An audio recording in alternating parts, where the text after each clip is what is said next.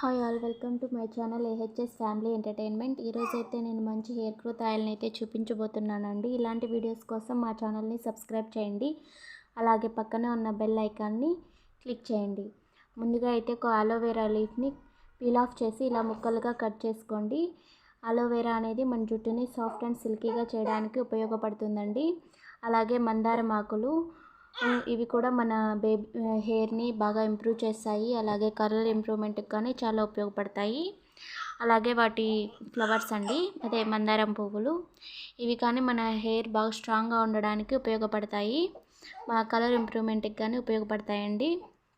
అలాగే వీటిలో main ingredient అంటే ఇవి కలోంజీ సీడ్స్ అంటారు. ఇవి కానీ మన దగ్గరలో ఉన్న కిరాణా షాప్లో దేంట్లో అయినా కానీ అవైలబుల్గా ఉంటాయండి. ఇవి మన హెయిర్ స్ట్రాంగ్ అండ్ సిల్కీగా చేయడానికి ఉపయోగపడతాయండి. అలాగే మెంతులండి, ఇవి హెయిర్ గ్రోత్కి చాలా ఉపయోగపడతాయి. అంతేకాకుండా జుట్టు స్ట్రాంగ్గా ఉండడానికి కానీ బాగా ఉపయోగపడతాయండి. సాఫ్ట్ అండ్ సిల్కీగా చేస్తాయి. అలాగే కరివేపాకు అండి, ఈ కరివేపాకు కూడా చిన్న వయసులో వచ్చే తెల్ల వెంట్రుకలను నివారిస్తుంది. కలర్ ఇంప్రూవ్మెంట్కి చాలా ఉపయోగపడుతుందండి. అలాగే గోరింటాకు అండి, ఇది కానీ కలర్ ఇంప్రూవ్మెంట్కి చాలా బాగా ఉపయోగపడుతుంది. అది గుప్పెడు గోరింటాకు కానీ తీసుకోండి. ఇది హెయిర్ గ్రోత్కి కూడా ఉపయోగపడుతుందండి. అంటే స్ట్రాంగ్ అండ్ సిల్కీగా చేయడానికి కానీ బాగా ఉపయోగపడుతుంది. లాస్ట్ అండ్ ఫైనల్ ఇది ఆనియన్స్ అండి, అది స్మాల్ సైజ్ ఆనియన్స్ విత్ పీల్తో కూడా వేసుకోండి. ఎందుకంటే పీల్లో కూడా చాలా పోషక విలువలు ఉంటాయి. ముక్కలకు వేసినా కానీ ముక్కలు బాగా పెరుగుతాయి. మేమైతే 1.5 kg ప్యూర్ కోకోనట్ ఆయిల్ని అయితే తీసుకొచ్చామండి. ఇలా ఎప్పుడు గ్యాస్ స్టవ్ మీద కాకుండా ఇలా కట్టెల పొయ్యి మీద ట్రై చేద్దామని తీసుకున్నాము. ఒక గిన్నెలో పోసేసాము ఆయిల్ అంతా.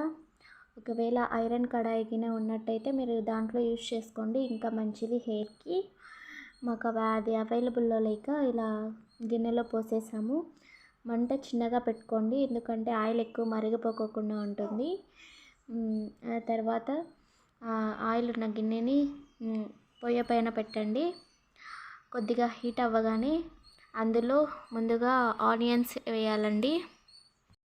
మంట చిన్నగానే పెట్టుకోవాలండి, ఎందుకంటే కట్టెల పొయ్యి కదా, ఎక్కువ మరిగిపోతుంది త్వరగా. కొద్దిగా మరగగానే ఇందులో ఆనియన్స్ వేయాలండి.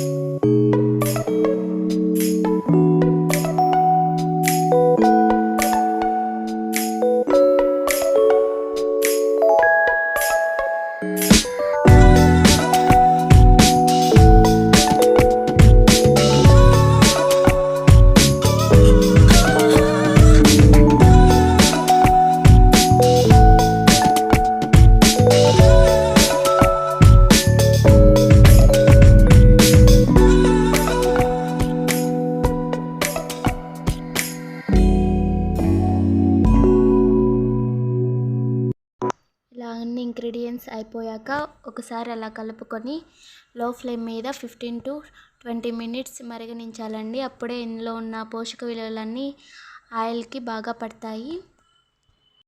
ఆయిల్ బాగా మరిగాక కాసేపు చల్లారబెట్టాలండి. తర్వాత ఒక స్ట్రైనర్తో కానీ క్లాత్ సహాయంతో కానీ దీన్ని స్ట్రైన్ చేసుకోవాలి. 1 week 10 days తర్వాత రిజల్ట్ మీకే తెలుస్తుంది. మా వీడియో మీకు నచ్చినట్టయితే please like, share, comment and subscribe. ఇలాంటి వీడియోస్ కోసం మా ఛానల్ని సబ్స్క్రైబ్ చేసుకోవడం మర్చిపోకండి.